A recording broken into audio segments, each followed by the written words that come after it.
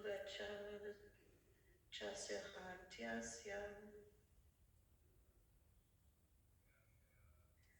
bandhananayanam sati muchatam esa brahmano nitaram guru.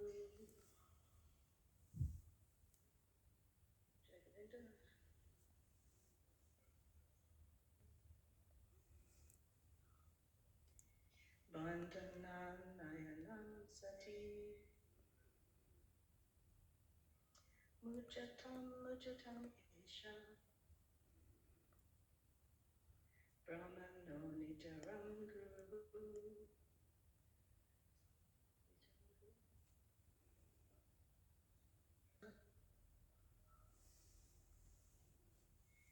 Bandhananayanam sati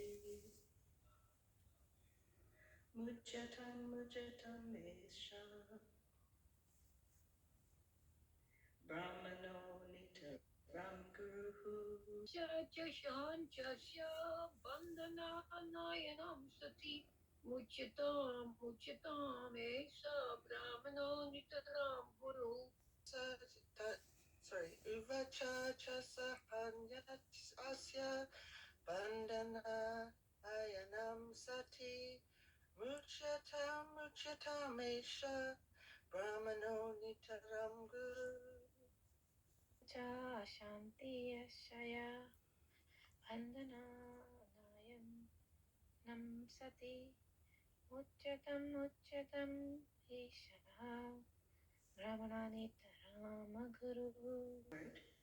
Uvacha said, cha and asahanti being unbearable for her, asya his, bandhana being bound, anayanam bringing him, sati the devoted, muchatam just get him released, eshaha this, brahmanaha brahmana, nitairam our guru teacher. While we're looking at this part of it in the Sanskrit, I wanted to ask Mother Radhika something. Yes. In the repeated word muchatam, the first version of it has a dot over the M, and the second time it's said, it doesn't have a dot over the M. Yes, but it's only according to it has the same meaning, but it's just pronunciation. One is more nasal than the other. What does it mean that one gets a dot and the other doesn't? That it's more nasal. Because I know that's the pronunciation, but what's the import? There's no import apart from what you call, the connection between words. It's only phonetics. It's so you can tell that there's another M that starts after exactly. Okay, that's it. I was, the first time I saw it somewhere, I was like, is that a misprint? Okay, so the translation.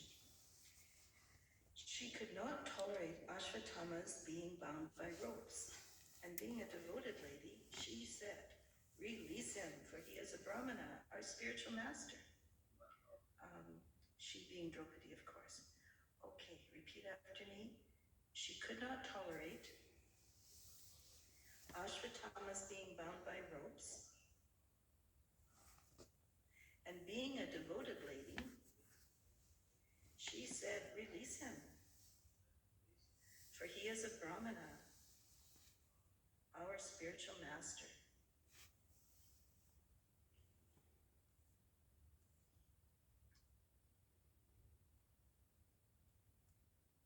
Yeah, and it's repeated like, do it. Yeah, do it. Yeah, yeah. It's not a like, I wonder if we should release this. Okay. So the purport by His Divine Grace, Srila Prabhupada Ki Jai. As soon as Asvatthama was brought before Draupadi, she thought it intolerable that a Brahmana should be arrested like a culprit and brought before her in that condition, especially when the Brahmana happened to be a teacher's son. Arjuna arrested Ashvatthama, knowing perfectly well that he was the son of Dronacharya. Krishna also knew him to be so, but both of them condemned the murderer without consideration of him being the son of a Brahmana. According to revealed scriptures, a teacher or spiritual master is liable to be rejected if he proves himself unworthy of the position of a guru or spiritual master.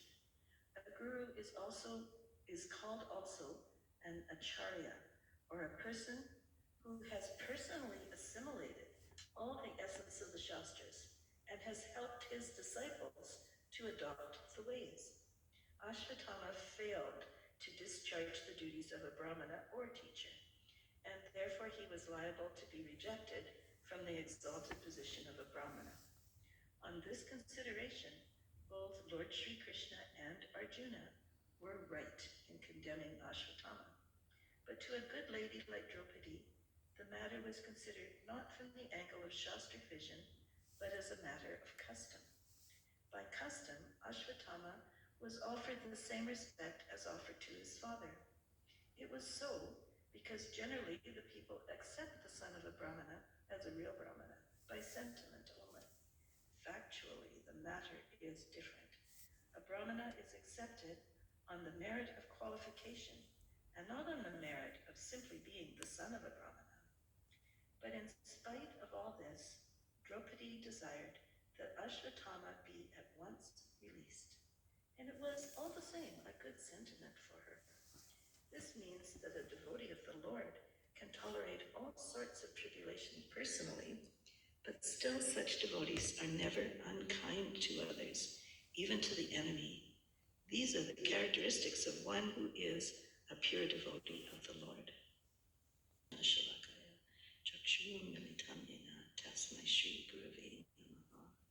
I was born in the darkest ignorance. My spiritual master opened my eyes with the torch of knowledge. I offer my respectful obeisances unto him and all others in the line